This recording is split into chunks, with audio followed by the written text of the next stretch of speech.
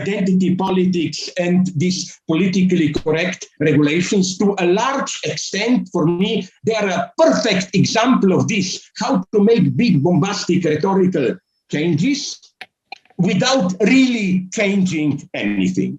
When we talk about identity politics and its determinisms, Slavoj said on page 107 of his book, Against Double Blackmail, refugees come from a culture that is incompatible with Western European notions of human rights. That is identity politics. Slovenia is a population of 2.1 million people. There were 3,548 applications for asylum in Slovenia last year. 550 of those applications were unaccompanied children. There's a rejection rate of 70% and only 87 people got refugee status. Now, a question to ask here, when considering Perry Anderson, who understood hegemony well, it's merely in the night of our ignorance that all alien shapes take on the same hue. When we look at the EU as having 35,000 people across the last few decades die trying to enter, to talk about the incompatibility of them culturally is to dance on the watery graves of those who died.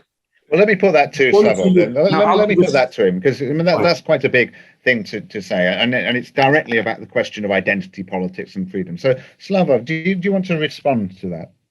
Yeah, first, please don't make me in any sense a representative of Slovene politics. I'm here totally excluded. We have now in Slovenia a radical right-wing nationalist anti-immigrant government, which is even slowly outcasted by European Union. I refer to them as part of the new axis of evil, Slovenia, Hungary, Poland.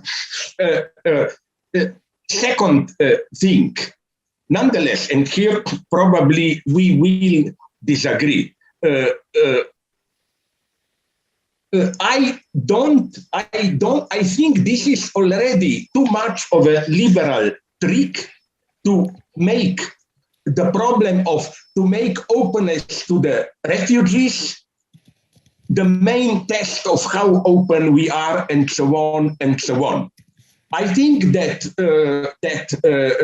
the true problem is what is happening there in those countries from where refugees come, and in what sense, yes, we Western Europeans are to a large extent responsible for it.